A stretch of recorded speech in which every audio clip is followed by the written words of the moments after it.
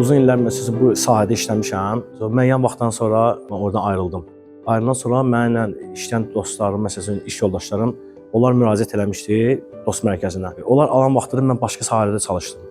Ondan sonra mən də dost mərkəzinə müraciət elədim, məni çağırdılar, onlayn dərs keçdim. Hətta bir 3-4 ay olar ki, avadanlıq veriblər.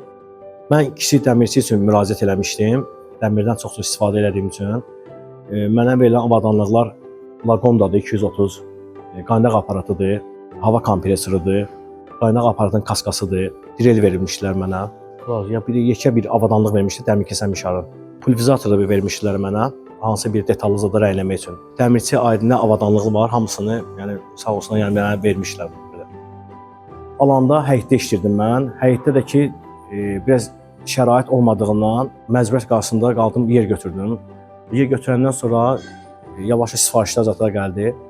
İndi Allahın köməyi ilə işləyə-işləyə istəyirəm daha da çox genişləndirim buranı. Genişlənəndən sonra işçi qüvvəsini artırmaq istəyirəm. Yəni bu qədər.